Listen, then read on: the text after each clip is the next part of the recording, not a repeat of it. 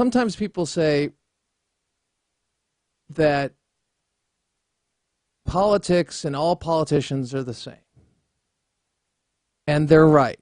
They're human. They're fallen, and they act in their own self-interest. It happens. The only time we really do good in our lives is through Christ. And that's a Christian worldview, and that understanding that. Now, I bring that up because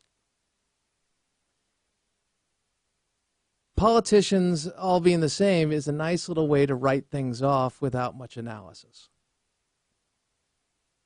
And people say, oh, it's just politics. Well, politics is the manifestation, and actually specifically legislation is the manifestation of morality, of law. That's law, legislating morality. That's exactly what you do. And so you really can't compartmentalize it. Also, there are consequences for bad policies. And when people talk about consequences, they are looked at as, oh, that's negative. Why do you have to be so negative? Why are you always attacking President Obama rather than saying, why are you always attacking President Obama's policies or his agenda? He can't do anything right, which is pretty much a knee-jerk juvenile response if you look at it, because what we're doing is focusing in on somebody who has claimed support for that policy, advocated for it, and we are dealing with the consequences of that policy. We can take any area here. We take the economy and say, well, we have the lowest workforce participation rate in 30 years. 800,000 people left the workforce last week. And we say that's reflected in a lowering of unemployment, but that's not because people are getting full-time jobs and, hey, we're humming along. The recovery is not 0.01% growth or 0.1% growth, is it? So then we get excuses like it's the weather or something. It can never be the policy of recognizing what I started out with, which was we act in our own self-interest. Politicians, human beings, we do. So if you put a price on labor that is not reflected through the market, what happens? It's artificial. In the case of minimum wage, you'll get fewer people hired. 500,000 by the CBO's statistic. 500,000 people not being able to get a job who would have a job. Think about that. There's a consequence for that, but somebody can go around and say, you know what, I am morally superior to you because I advocate for a living wage. Well, they don't know.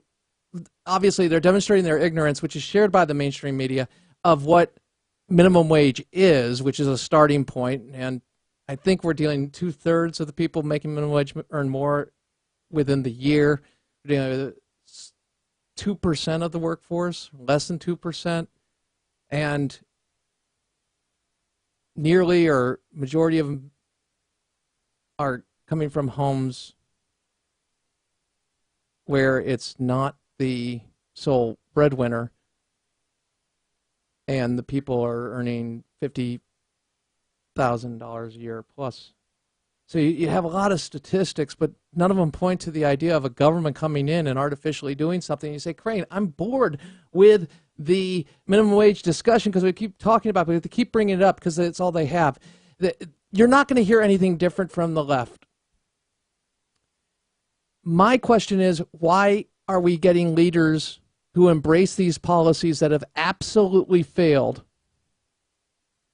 How are they looked at as someone who could actually lead the country to success? Be it foreign policy, economically, in the area of healthcare. How is that possible? Well, you better have a pretty good spin machine. You better have the mainstream media on your side. And that's exactly what I'm speaking to.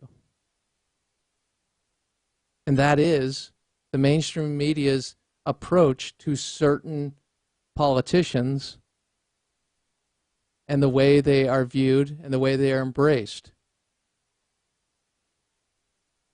Exhibit A. Roll it. This was a Hillary Clinton crowd.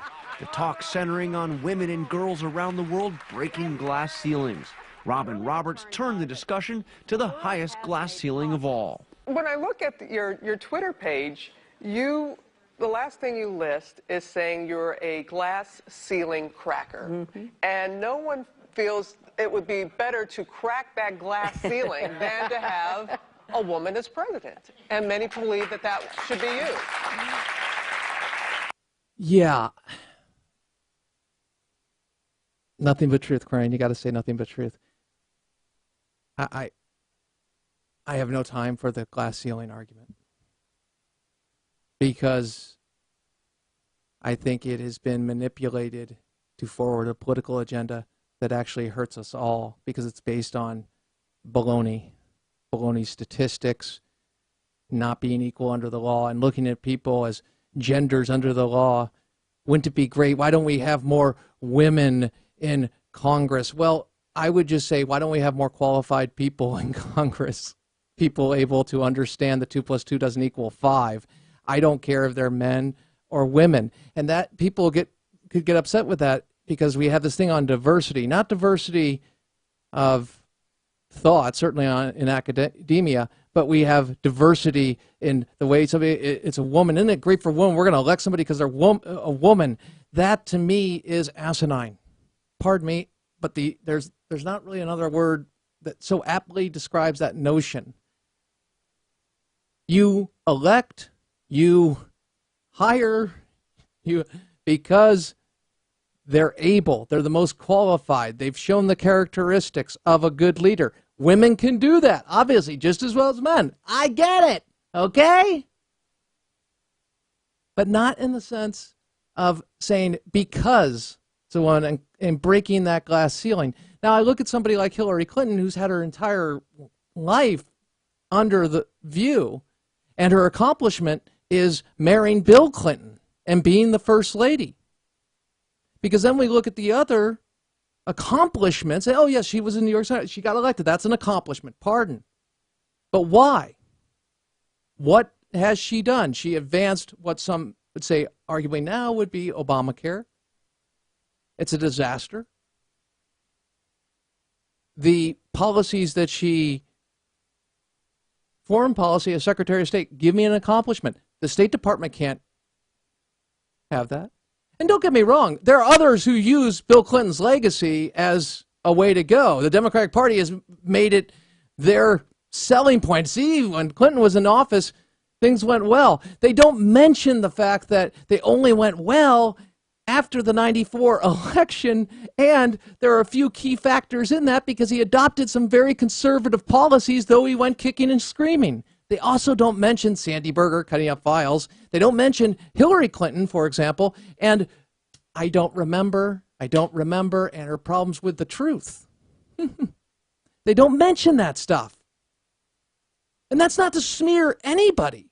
It's to say, what are their qualifications? What did they do? How have they demonstrated that they are a leader? And she is being promoted as, oh, because it's Clinton, oh, glass ceiling, there she goes. She was in the position to do that. What did they do?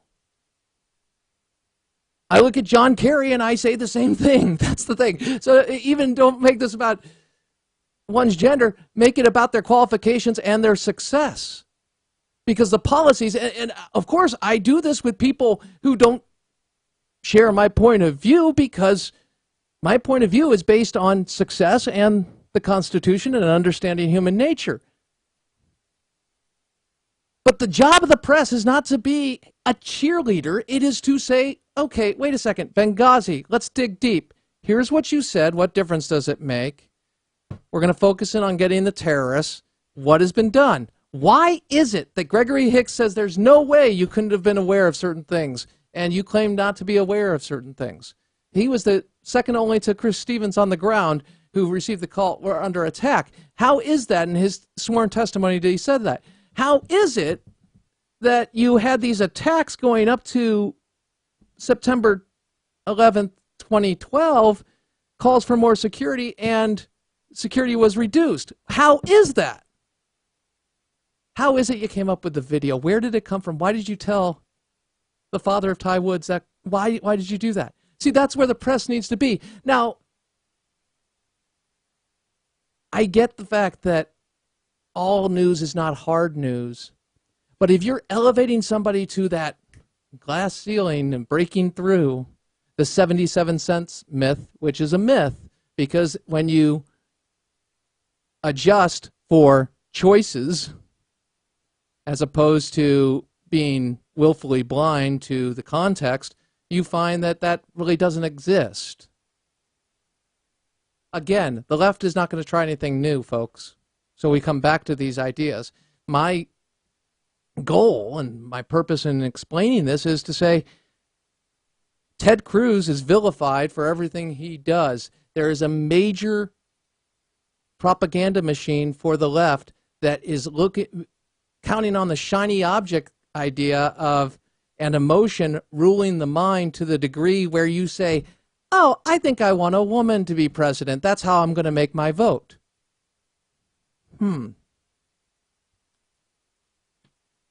That's dangerous. That's dangerous.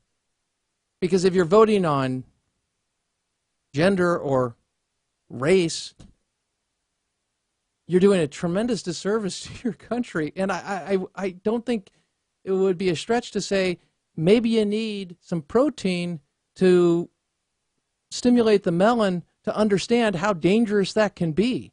But understand this, they will promote women, quote unquote, but they're going to promote liberal women. They're going to promote liberal persons of color. Because otherwise, they don't go with the agenda that should be the cause of one's support. That should be the factor. That's what you should be zoning into. No, the other side's sitting there going, equal under law. So know what you're getting into. Know what's happening here with the way things are being presented. Because it's not changing. And we do have some major issues, big time. How about this? Congressional testimony this week. Let's talk to the insurance companies. Hey, is that website fixed? Or rather, first, why don't we go to... Our premium's going to go down $2,500. That's what we were promised. Roll it. Anticipates a reduction for the average family that you insure of $2,500 or more. Would you raise your hand? If your company anticipates a reduction in premium of $2,000 per average family for your subscribers, raise your hand. Same for $1,500? All right. I appreciate that. Yeah. So they're not going down, raising the hand. No hands are raised. How about this? Is the website fixed? Roll it. And one final question for all the panelists. Is the website fixed? Mr. Pratt, if it's not fixed, when will it be fixed? Representative, I don't work in the operations area. I think if the back-end issues are considered part of the website, I would suggest that there are still issues outstanding that we're working on. Not fixed. Mr. Coyne? There are still issues on the back end to be worked. Another one not fixed. Mr. Wingle? There's still work to be done. Not fixed. Mr. Vanko? I can't comment on the end-to-end process. I can only comment on the component when CMS sends us enrollment transactions, and there's still work to do before that's 100%. Not fixed. Mr. Rogers? Yes, we're still working with the files that we get, and I think there could be some improvement. Still not fixed. Mr. Mathis? Yes, echo my colleagues' statements. We still have opportunities for improvement. 6 for 6, all not fixed. Mr. All right. Now, why don't we do me a favor, and Cedra, I'll tell you this off air, but I think Arnold Allard would be called now, if you're game. Would you do that? Thank you. Now, we have the biggest legislative achievement, quote unquote, and that's happening. It's not fixed. See, these things aren't getting better. And the people they're promoting is not based on, hey, I've got a great remedy for the healthcare system. I've got a great way to make sure that we punish terrorists. I got a great way to get to the truth when it comes to Benghazi. I got a great way to deal with Vladimir Putin. Here's a reset button. No, they're not basing it on the qualifications, and they're elevating these people because of proximity and power to the White House as opposed to the qualifications and holding people to account. Huge problem. Huge. So I don't want to talk about all bad news all the time. I want to talk about reality. And I want to know how to fix it. And I'm optimistic because that would be a good thing. But what happens when people are persecuted for their political beliefs and the government is used to silence those who are willing to speak out? That's a dangerous situation too.